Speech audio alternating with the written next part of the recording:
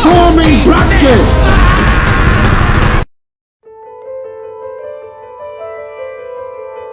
What's going on, everyone? So a little bit of flashback time. So that intro you just saw, it's something that my one friend at the time created about 6 years ago for my channel.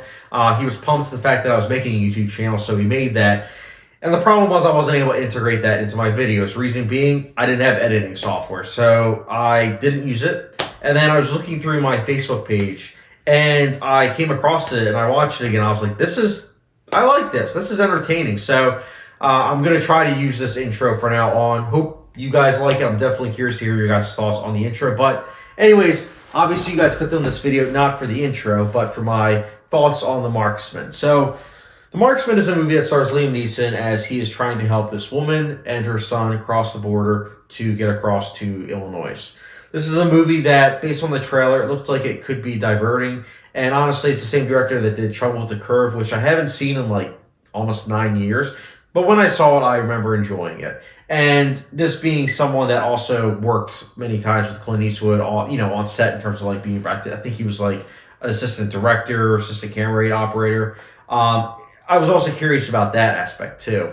And this is a movie that definitely feels like a Clint Eastwood movie, like from the 1970s. Albeit not as good. This is a movie, I'll say this. There's nothing really bad per se about this movie.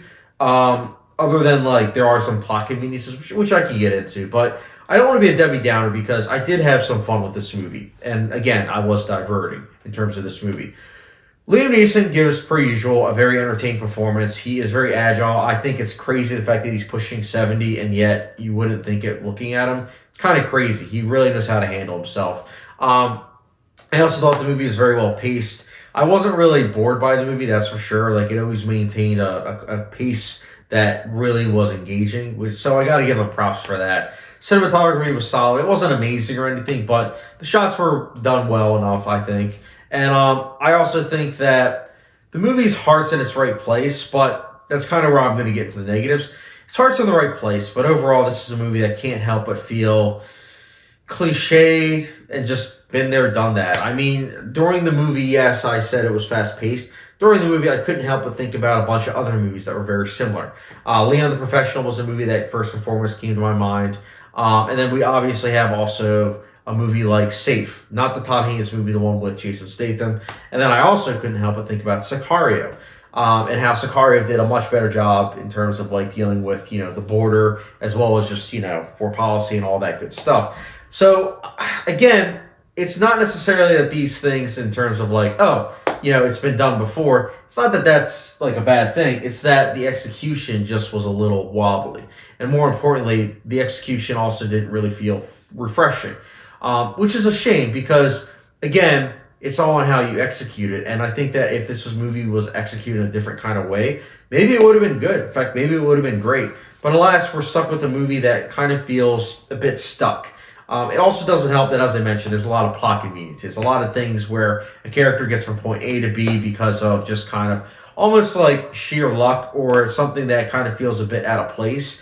And it's a shame. Again, I get why the scriptwriter had these decisions, but at the same time, I just couldn't help but sit back and say, I see why you did this, and I don't think that works for me personally. But I can definitely see people enjoying this movie because, again, it is diverting. It's Liam Neeson doing what he does best, and it's honestly also something that he manages to build his resume to with yet another entry of, yes, it has some action, but it's also a thriller and a drama, and it's nice to see him kind of branch out a little bit to that extent. Don't get me wrong, again, he kind of is typecast, but I did see a little bit of branching out in terms of him doing a different type of revenge movie, if you would. So I liked that, but again, plot conveniences, story, plot, characters, these are all things that felt middle of the road. Didn't really engage me fully, which is a shame, but nonetheless, like I said, if someone were to say, hey, I enjoyed The Marksman, I would get it because it's definitely a crowd-pleasing movie, and you know what? That's okay. But for me personally, The Marksman didn't quite hit the mark, and I'll be giving it personally a 2.5 and a 5-star rating. So yeah, no hot sauce. But guys, The Marksman, let me know your thoughts in the comment section below on what you thought. And as always, don't forget the subscription, notification bell, and I'll catch you guys later.